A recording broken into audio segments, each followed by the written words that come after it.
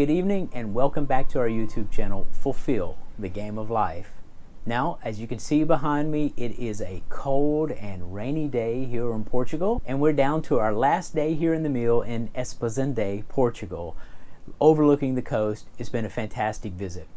Well, I want to get started by picking up off the last financial video. First of all, is the viewership for the financial video last time was better than it has been, so I want to thank you guys for tuning in for that.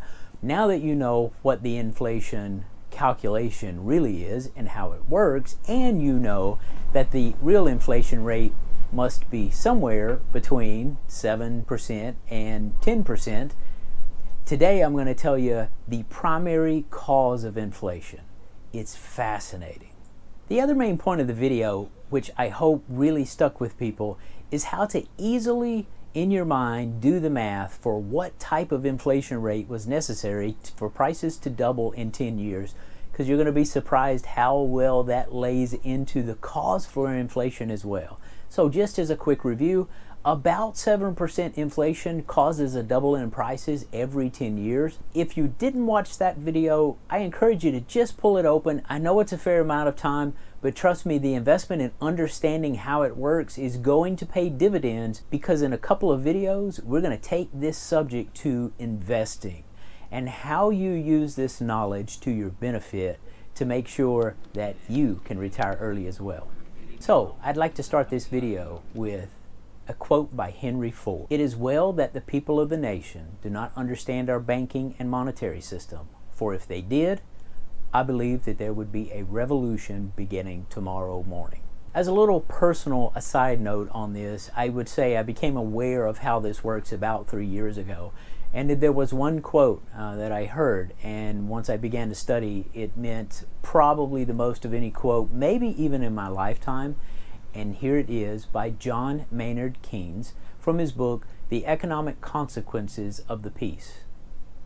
"By this means, the government may secretly and unobserved confiscate the wealth of the people, and not one man in a million will detect the theft." Now, I must admit, when I first heard the quote, I didn't fully understand the impacts of it, but by the end of this video, you'll understand it as well, and you'll understand why that is such an important quote. To continue quoting John Maynard Keynes, when he speaks of "this means," what is he referring to? Here's an additional comment from the same book as well. "By a continuing process of inflation, governments can confiscate secretly and unobserved an important part of the wealth of their citizens. And while this process impoverishes many, it actually enriches some." Again, I find it fascinating as I'd worked myself to retirement, and I now have time in retirement to understand what these comments were and how they're built and why these brilliant men from many, many decades ago were able to put these things in writing and understand what was actually occurring. So, enough with the niceties and the quotes. Let's get started. What are the causes for inflation? Now, just for a moment before we really get rolling, let me review once again what inflation means. It basically means that the dollar gets weaker over time. It means, said simply, that the dollar will buy less and less goods as time goes forward. It basically is devaluing the dollar. The dollar is worth less. Now, before I tell you the real cause for inflation, I want to tell you what you hear is the cause for inflation. What's almost exclusively explained to citizens through the news are what I would call micro causes for inflation. These causes are real, it's not fake news, such as there's a drought in the middle of the United States and the crop yield is low, so the cost of corn rises. Well, that's real, and it does happen. And there are other things, hurricanes or things that ruin crops or chip shortages as they have now. And those things are real, but they're micro causes, meaning they're valid to the one product or the two products only, but not to the entire economy. So what does cause inflation to the entire economy? Well, as I said in the previous video, it is by design. Enter Monetary Theory 101.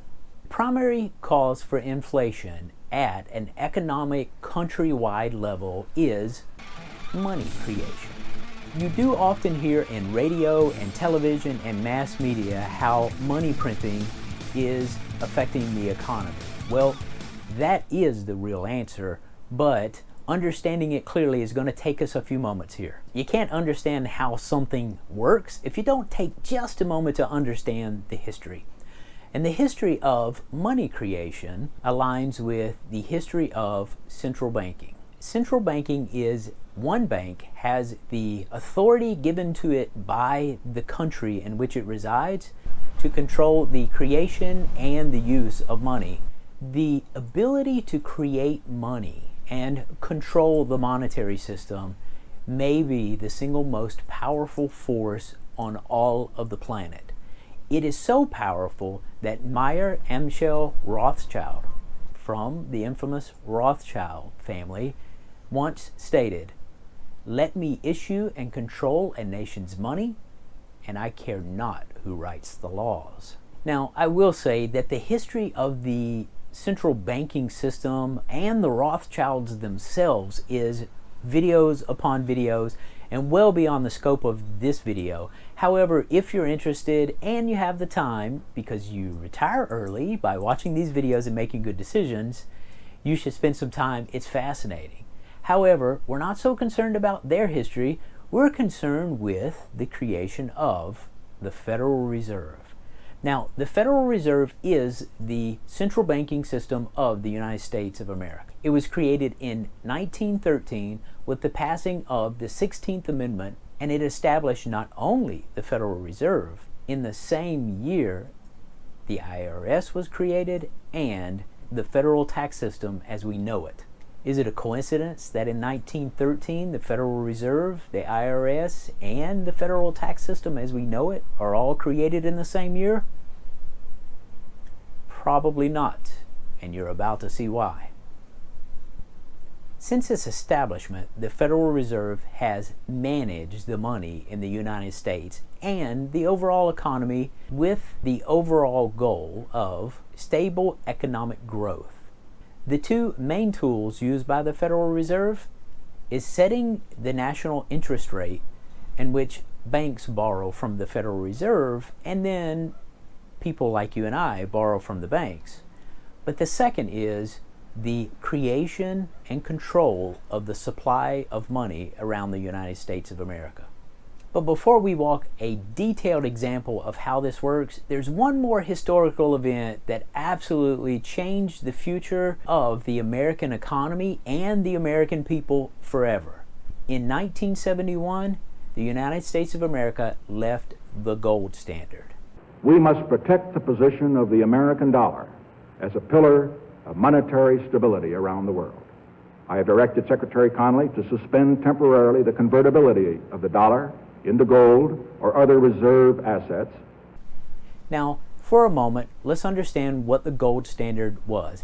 After World War II, the American dollar was chosen as the global world currency, and it was agreed that every dollar bill that was printed would have the equivalent amount of gold held in a vault by the United States, that for any citizen who decided they wanted their gold, they could take the reserve notes into the bank and request gold that is exactly equal to the money in their hands.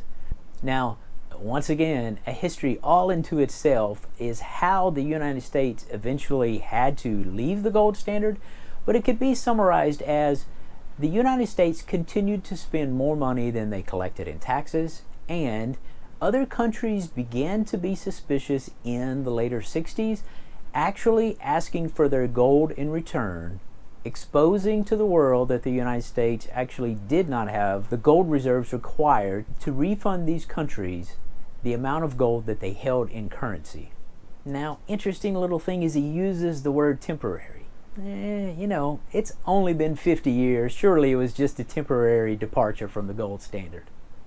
Now, it cannot be stated enough how significant the decision to leave the gold standard in 1971 was to the people of the United States and the world overall. Nixon essentially handed the keys to the nation to the Federal Reserve, and the theft of inflation was given a free pass at that moment in history.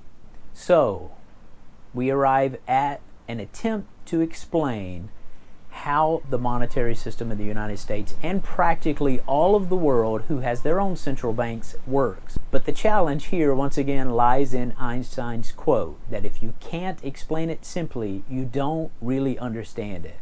So after months of trying to think about a way to explain this so it makes a complex system very easy to understand, here is my attempt. So I want to set up the simplest possible example, and we'll start with this. Imagine that there is one bank. Imagine that there is one house that is owned by the bank, and imagine that there is one man, and that man has all of the gold in the world in his hands. He owns the gold. So the bank owns the house, the man owns the gold. Now, in our example, the man wakes up one day and says, you know what, I would really like to buy the house. And the bank says the house just happens to be for sale and it's for the exact same amount as 1 bar of gold. So the man happily says, I will exchange this bar of gold for this house. After the transaction, the man walks in and lives in his house. And the bank takes the gold bar into the vault, locks the door so it's nice and secure. Some time passes and the bank says, you know what? This gold bar is just too heavy to spend, and it's not broken into pieces that it can be spent easily. So I think what I'll do is print paper currency so I don't have to carry around gold coins. So the bank opens up the printing press and prints a $100 bill. And the $100 bill is exactly equal to the 1 bar of gold, which is exactly equal to the price of the house. So it's essentially the gold standard.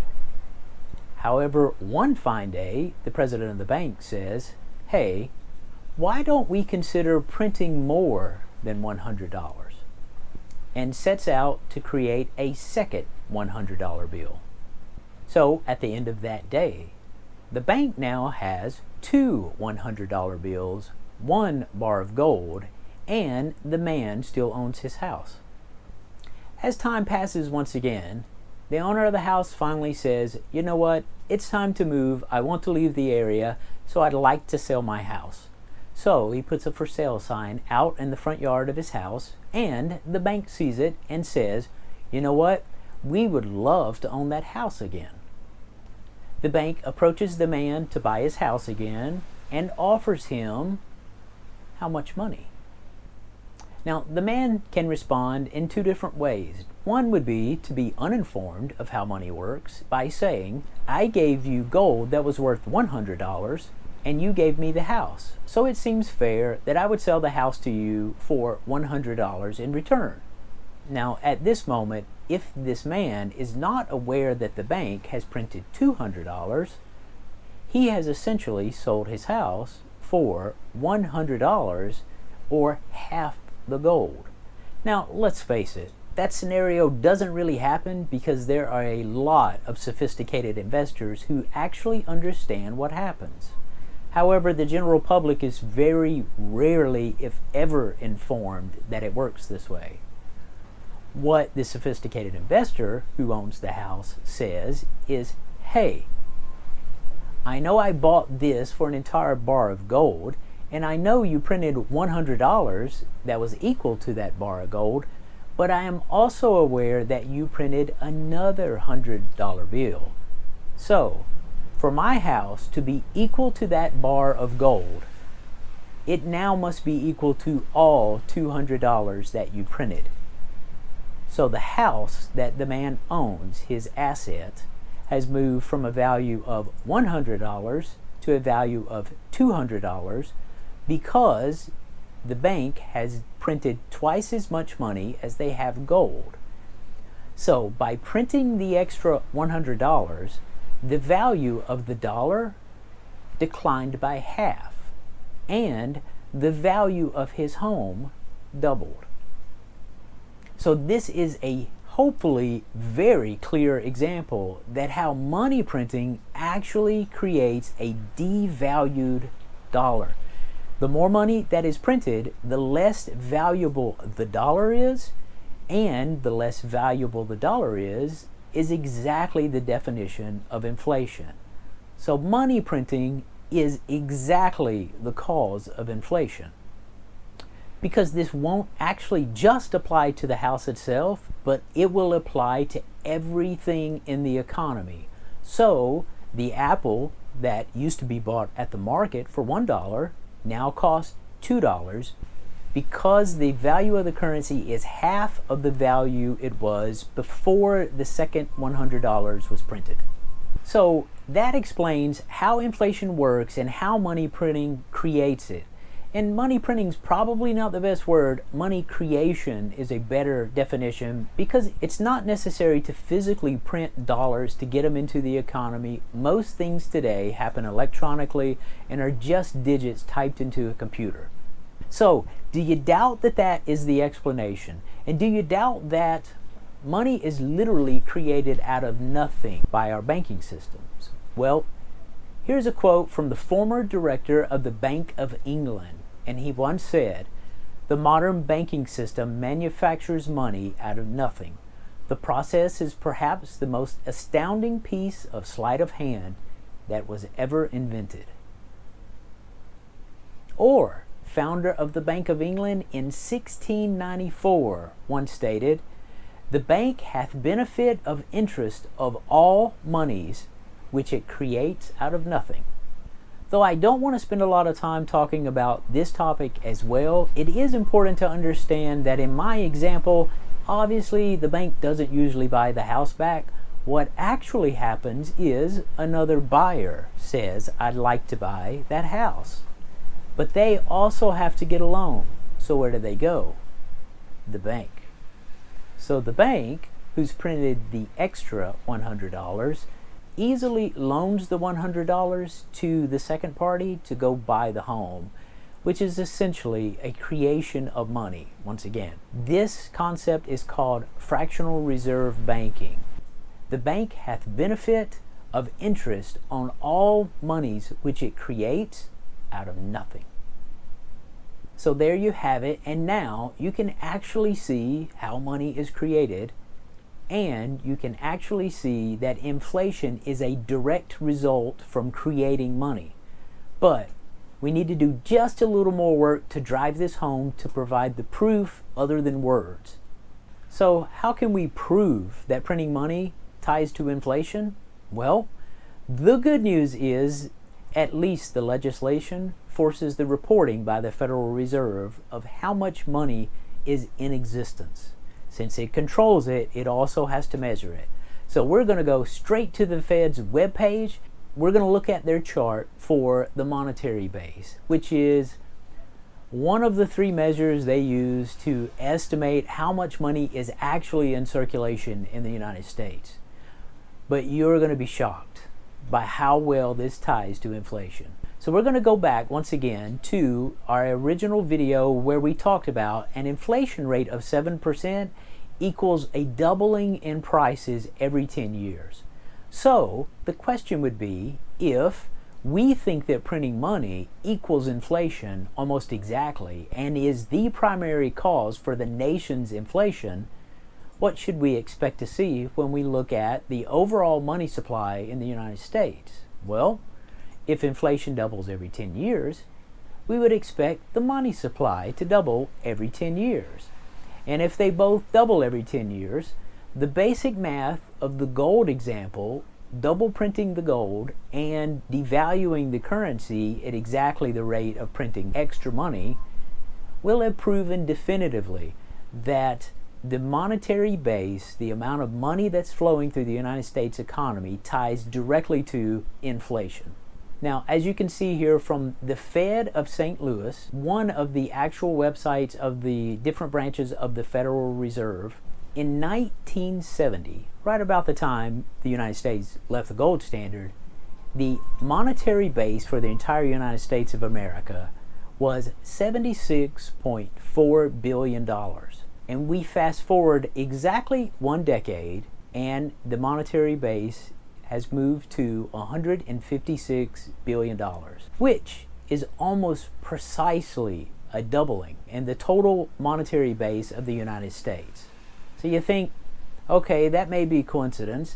So let's go ahead and jump ahead to 1990. Well, in 1990, $293 billion, which is, once again, almost exactly double the $156 billion in 1980. So what about the year 2000? Are you guessing what number it would be now? $601 billion of monetary base, which once again is almost precisely double 1990. Now, this should start to look pretty familiar from video 1. So, does this break down in 2010? Well, yes, it actually does break down in 2010.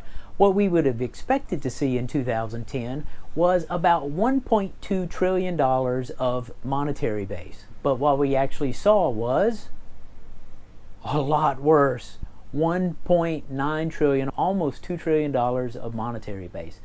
But we do all have to understand that what happened here was the housing crash in the United States in 2008 and the Federal Reserve's first application of quantitative easing, which could basically be defined as printing even more money and forcing it into the banking network in order to prop up the economy.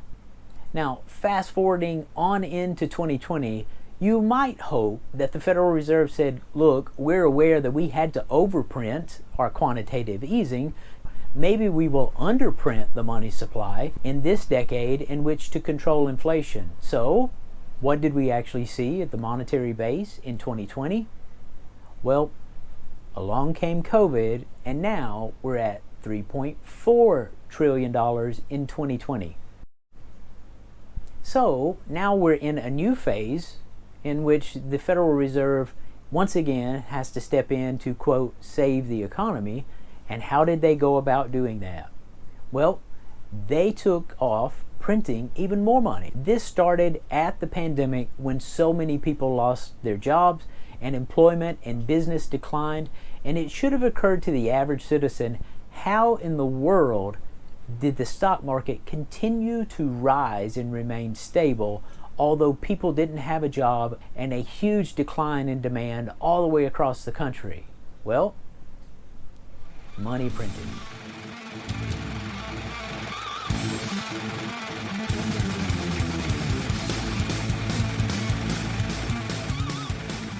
So in a 1-year period from 2020 to 2021, it has almost doubled in a 1-year period.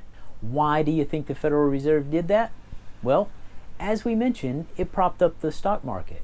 And how did it prop up the stock market, you say? Well, it's pretty simple actually. If a stock was worth $100 and they printed 20% more money, well, the dollar that's buying the stock is now 20% less valuable. So in order to buy the same stock, the $100 is now $120. So the increase of the money supply floated the stock market. However, the bad side of floating the stock market with an increase in base monetary funds is the creation of inflation. So what's happening in the United States today? I watched a report just a couple of days ago that shows bacon year over year is up over 20%. Used cars up over 45%. It's not that these products have become more valuable, it is the dollar that is being used to purchase it has become less valuable. So, the total picture of inflation should be pretty clear to you. The role that the central bank, the Federal Reserve, plays in creating money has a direct causation to creating inflation. So now you fully understand it, or at least I hope you do. Obviously, taking one bar of gold in one house doesn't represent the whole economy, but the concept is strong in its foundations, and it is known. And this money printing, as you can see on the historical chart from the Federal Reserve, was perfectly in line with doubling the monetary base every decade, which falls directly in line to the inflation calculations that we showed in the prior video, They may not be exactly one for one, and there is a known delay of 3 to 4 to 5 months after the money is printed before the inflation actually occurs. So you know where it is now. You know how it happens. So what is the use of learning all of this? Well, it makes you a much wiser investor. And if you tune in to the next 2 videos, in the very next video, I'm going to answer, in this known system that generates the effects that we observe, who wins, who loses, which side are you on, and in the video following, we're going to ask the question, how do you create a winning environment for you personally so you can retire early and for your family and your subsequent generations?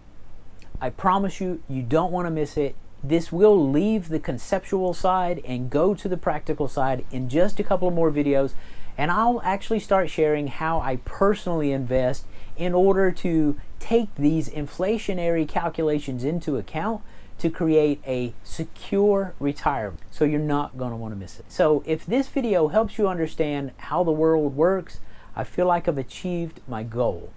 I hope that you tune in for the next video. If you enjoyed this, give me a thumbs up, and don't forget to hit that subscribe button. And we are still working on the secondary channel, which will get these videos transferred over to them.